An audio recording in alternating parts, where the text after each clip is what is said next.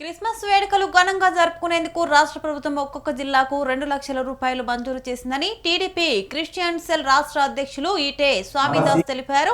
రాష్ట్ర క్రిస్టియన్లు ఫాస్టర్ల తరపున సీఎం చంద్రబాబు నాయుడుకు ఆయన ధన్యవాదాలు తెలిపారు. మార్చి నుంచి క్రైస్తవుల పుణ్యక్షేత్రం జెరూసలంలోకి వెళ్లే ఫాస్టర్లు క్రైస్తవులకు రాష్ట్ర ప్రభుత్వం 60,000 రూపాయలు సబ్సిడీ ఇవ్వనుందన్నారు. వైసీపీ ప్రభుత్వంలో ఫాస్టర్ లైసెన్స్ 3 సంవత్సరాలు మాత్రమే ఉండేదని సీఎం చంద్రబాబు నాయుడు ఆ లైసెన్స్ 10 సంవత్సరాలకు పెంచారని తెలిపారు.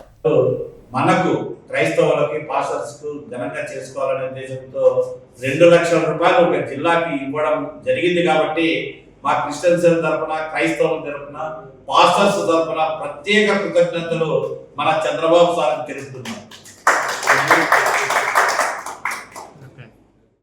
మనకు క్రైస్తవుల పుణ్యక్షేత్రం జెరూసలేము ఆ యాత్రకు పోవాలన్నా కూడా మార్చి నుంచి స్టార్ట్ అవుతుంది. కాబట్టి ప్రతి క్రైస్తవులు, ప్రతి పాస్టర్స్ అప్లై చేసుకోవాల్సిందిగా కోరుతున్నాం. సబ్సిడీ 60,000 రూపాయలు ఇస్తుంది గవర్నమెంట్. మిగతాది మనం వేసుకొని ఆ జెరూసలేం యాత్ర వెళ్లాల్సిందిగా ఈ మీడియా ద్వారా చెబుతున్నాను. అదే కాదు, మన పాస్టర్స్ గౌరవవేతనము అది కూడా తొందరలోనే పడుతుంది. పాస్టర్స్ మ్యారేజ్ లైసెన్స్ చేసుకోవాలంటే గతంలో 3 సంవత్సరాలు ఉండేది జగన్మోహన్ రెడ్డి ఉన్నప్పుడు.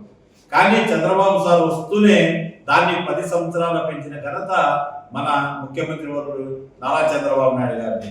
ఇవన్నీ మీరు దృష్టిలో పెట్టుకొని మన పండగ బాగా చేసుకోవాలి అనే ఉద్దేశంతోనే మన ముఖ్యమంత్రి వర్యులు 2 లక్షలు రిలీజ్ చేయడం జరిగింది.